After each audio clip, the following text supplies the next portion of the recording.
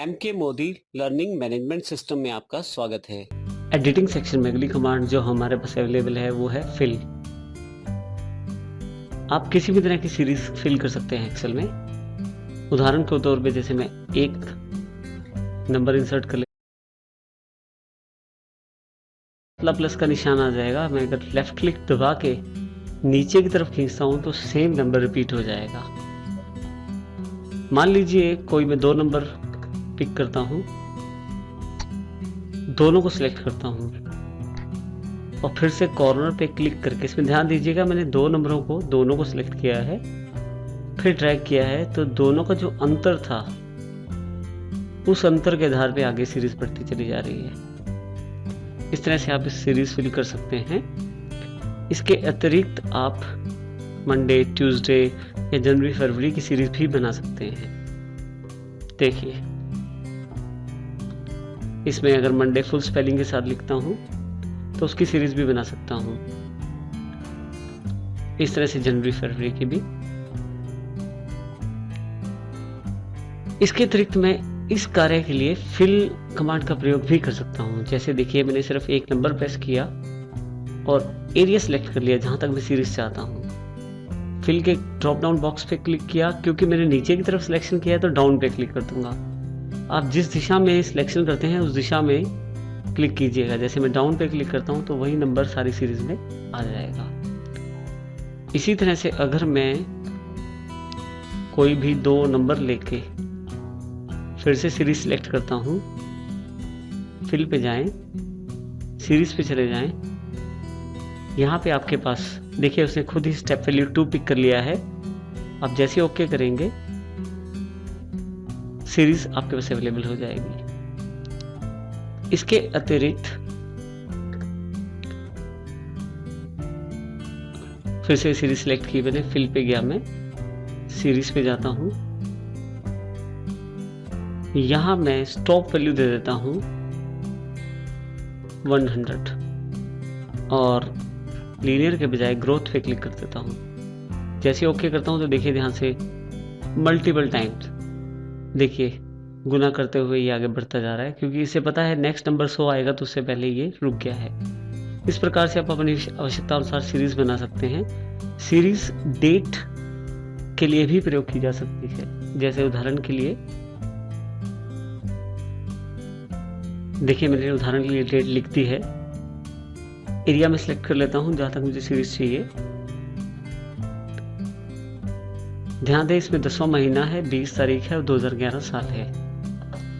Fill पे जाके जैसे मैं सीरीज पे जाता हूं, मेरे पास ऑप्शन है डेट, डेट के साथ ऑप्शन है डे, वीक डे, मंथ या ईयर। आप किसको बढ़ाना चाहते हैं? मान लीजिए आप डे को बढ़ाना चाहते हैं, ओके कर दीजिए। तो देखिए डे वाला यानी कि डेट वाला सीरीज बढ़ गया है, 20 की जगह 21, 21 की जगह 22 सीरीज हो गया है। इसी तरह से मैं सेम डेट रिपीट करता हूं यहाँ पे और फिर से सिलेक्शन कर लेता हूं। अब की बार जब मैं फिल पे सीरीज पे जाता हूं तो वीक डे सिर्फ लेता हूं। जैसे ओके करता हूं देखिए 20-21 के बाद 22-23 डेट अवेलेबल नहीं हो पाई, क्योंकि उसमें शनिवार और इतवार है। तो वीक डेज ये लास्ट वीकेंड डेज हैं वो कैलकुलेट नहीं कर रहा, सिर्फ वीक डेज आपको दिखा रहा है। बिल्कुल ऐसे ही 24, 25, 26, 27, 28, 29 और 30 फिर इसने नहीं दिखाया। तो इस तरह से आप अपनी सीरीज का प्रयोग कर सकते हैं इसमें। नेक्स्ट पार्ट में देखिए मैंने कुछ नंबर और कुछ डेटा मैंने लेके उसको कलर रेड कर दिया है और उसका साइज 16 यानी कि 16 कर दिया है, थोड़ा साइज उसका बढ़ा दिया है।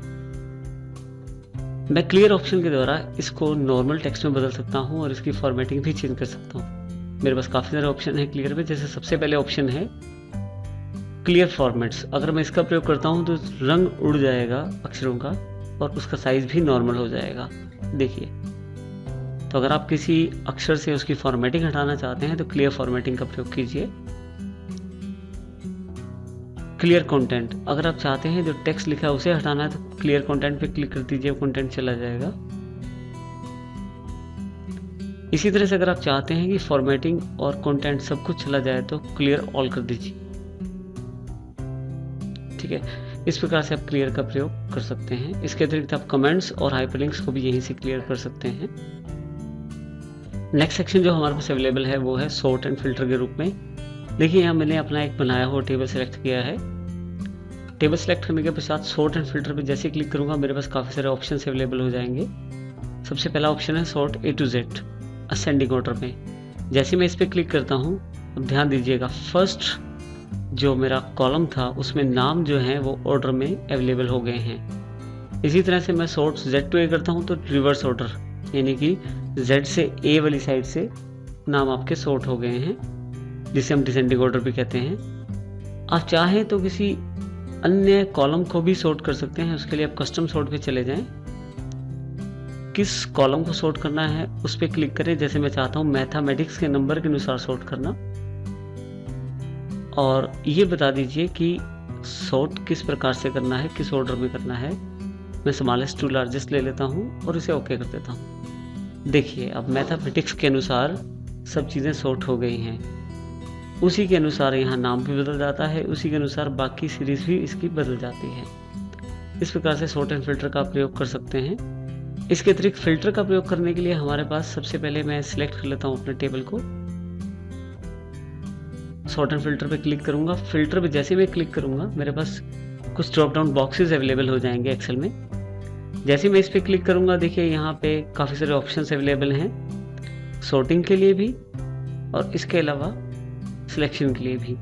मैं यहाँ से जिस स्टूडेंट का डेटा नहीं चाहता उसको हटा सकता हूँ और जो चाहता हूँ उसे क्लिक करके ओके करके रख सकता हूँ। देखिए मेरे पास केवल वो रोल नंबर रह गया या वो नाम रह गया जो मैंने सिलेक्ट किया था। दोबारा क्लिक करके आप सिलेक्ट ऑल करके सारे वापस ला सकते हैं। इसी तरह से कोई पर्टिकुलर डेटा, जैसे मैं चाहता हूँ साइंस में किस किस के 25 नंबर हैं ये देखना, तो केवल 25 पे क्लिक करके मैं ओके कर दूंगा तो 25 वाला डेटा मेरे पास अवेलेबल हो जाएगा। जैसे यहाँ सिलेक्ट ऑल करूँगा तो सिलेक्ट ऑल वाला डेटा अवेलेबल हो जाएगा। इस प्रकार से मैं फिल्टर का प्रयोग कर सकता हूँ।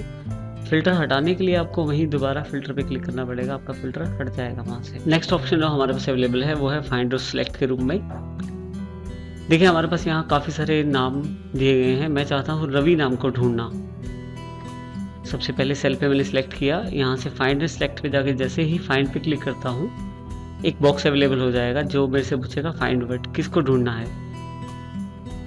यहाँ मैं रवि टाइप कर देता हूँ कि मुझे रवि नाम को ढूंढना है।